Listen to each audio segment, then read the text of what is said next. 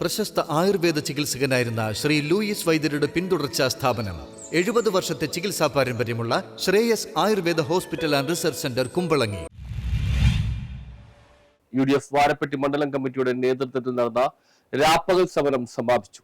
അഴിമതിയിൽ മുങ്ങിക്കുളിച്ചു നിൽക്കുന്ന പിണറായി വിജയൻ സർക്കാർ രാജിവെക്കണമെന്ന് ഡോക്ടർ മാത്യു കുഴൽനാടൻ MLA പറഞ്ഞു. UDF വാരപ്പെട്ടി മണ്ഡലം കമ്മിറ്റിയുടെ നേതൃത്വത്തിൽ 3 ദിവസമായി നടത്തിവന്ന വാഹന പ്രചരണ യാത്രയുടെയും രാപ്പകൽ സമരത്തിന്റെയും സമാപന സമ്മേളനം ഉദ്ഘാടനം ചെയ്ത് സംസാരിക്കുകയായിരുന്നു മാത്യു കുഴൽനാടൻ.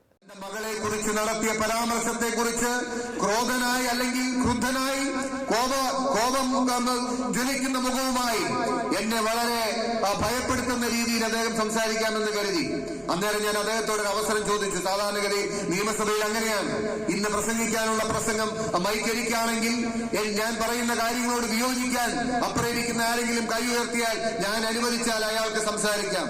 അതുകൊണ്ട് എനിക്ക് മറുപടി പറയാൻ വേണ്ടി അവസരത്തിനായി ഞാൻ കൈ ഉയർത്തിയപ്പോൾ അദ്ദേഹം ചോദിച്ചു, അസംബന്ധം പറഞ്ഞിട്ട് 3 മാസക്കാലമായി സെക്രട്ടേറിയറ്റ് കവാടത്തിൽ ജീവിതനീതിക്ക് വേണ്ടി സമരം നടത്തുന്ന ആശാപ്രവർത്തകർക്ക് ആശ്വാസമായി സംസ്ഥാനത്ത് ആദ്യമായി ബജറ്റിനോട് 1500 രൂപ അധിക ഓണറേറിയം അനുവദിച്ച വാരപ്പെട്ടി പഞ്ചായത്ത് പ്രസിഡന്റ് PK ചന്ദ്രശേഖരൻ നായരെയും പഞ്ചായത്ത് ഭരണസമിതിയെയും അനുമോദിക്കുന്നതായി ഡോക്ടർ മാത്യു കുഴൽനാടൻ പറഞ്ഞു. UDF chairman PK Chandrasekharan Nair അധ്യക്ഷത വഹിച്ചു. Shaji Varghese, PS Najeeb, PP Uthuppan, youth front സംസ്ഥാന secretary KM George, Mathew Joseph, Babu Elias, Shameer Panackal, Royce Kariya, Ranikutty George, Nisar Irakkal, Josy Paul, Mathew PT, PA Yusuf, PC George, Bindu Sasi, Shaji Basi, Arun Ayyappan, Rafeeq OH തുടങ്ങിയവർ പ്രസംഗിച്ചു.